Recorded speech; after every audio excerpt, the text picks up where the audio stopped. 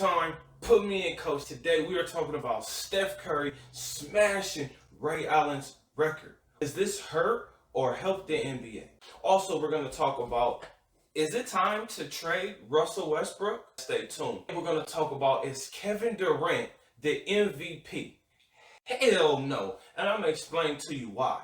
Before we get into that, like this video, subscribe to the channel, and share this video like an assist, because here we are talking basketball. So you're going to get highlights, commentary, and most importantly, we're going to cover the biggest stories in the world of basketball. So without further ado, let's get straight into the video. So number one, Steph Curry.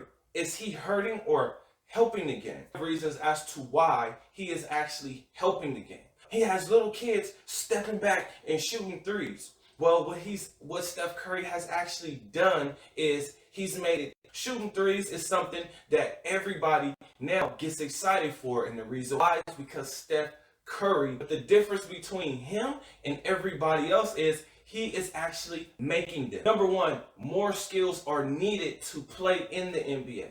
Number two, you'll have a longer career if you're smart, meaning a Dwight Howard can make himself more valuable if he can shoot the three-point shot. Now, I understand it's not going to help you much on defense, but when it comes to offense, being able to set screens, catch lobs, and now hit threes, this will make certain guys' careers longer. Number three, Steph Curry has proven that you can win games this way. Charles Barkley and the whole TNT crew, along with a lot of other media members, they used to always say you cannot win championship shooting a lot of three-point shots. Steph Curry has 3 rings to prove that that statement is false. You got more fans, more TV games where people are actually tuning in. If guys are actually playing in those Saturday night games, there's a lot more viewership. The ticket prices are going sky high. How do we know this? Because the players are getting paid more money. The owners would not pay these guys more money if they themselves weren't making more money. And a guy like Steph Curry is the face. He is the icon of what's going on in the world of basketball today, because he's showing everyone you don't have to be tall. You don't have to be the most athletic. You don't have to be the strongest. But if you come in with basketball skills, basketball knowledge, now you actually have a chance to make it. What else can you do? What other type of skills and skill set do you have? More fans, more viewership, higher skill level, longer careers, winning championships, more skills, more viewers, more fans, more money, longer careers, and more exciting basketball. Congratulations on that three-point record, because nobody is going to come close to breaking that record, especially because I'm predicting that he has at least 6 more years. 3 where he's a super all-star player, and then the last 3 will probably be those twilight years. Is it time to trade Russell Westbrook? I'm going to say hell no. And the reason why is because this is an experiment that we all know needed time to figure out how to play with Russ, how to get Russ to play with everyone else. Now, if you're going to trade Russell Westbrook, let's play devil's advocate.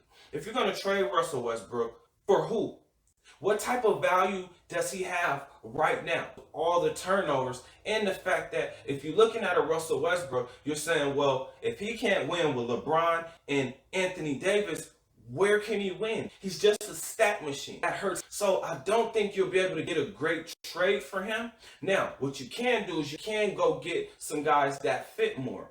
Or you can kind of simply wait until guys like Trevor Ariza come back. So it's not time to trade Russell Westbrook. It is the beginning of the season. This season has a lot of competition, all the way from 4 all the way down to 12 in the Western Conference. So winning the game here, losing the game there will significantly move you up or down in the standings. LeBron is in his 19th season. LeBron is the oldest player to have a 30-point triple-double, which lets you know he is putting in work. He is back. He is showing you why we call him the king. LeBron is also the best decision maker on the team. He wanted to give some of those duties over to a guy like Russell Westbrook because he sees that Russell Westbrook has averaged a triple-double for 5 or 6 years. LeBron also showed how important he is to the NBA and to the Lakers franchise by simply going to get all of those tests done. He got 8 tests done to prove that he should not be in health and safety protocols. Now, Woj from ESPN said, we're really close, almost close to 100% of the players in the league are 97, 98%. Did go ahead and get the. So why is it that all of these players are ending up in health and safety protocols? That's a very important question that needs to be asked. Now, we're going to move into one of the most important topics of the season, which is Kevin Durant the MVP? Well, I'm going to tell you no. This one is way more debatable, but here are my stats for you guys. Steph Curry is my MVP for more than one reason. Number one, he is the leading scorer on his team. He is the most important player on his team. His team has the best record in the NBA right now over the Brooklyn Nets. And he still has Klay and James Wiseman that are going to be coming back. Now, to Kevin Durant's defense, he is the league's leading scorer, which is a big deal. He is going off and showing you why he is such a lethal threat on the court.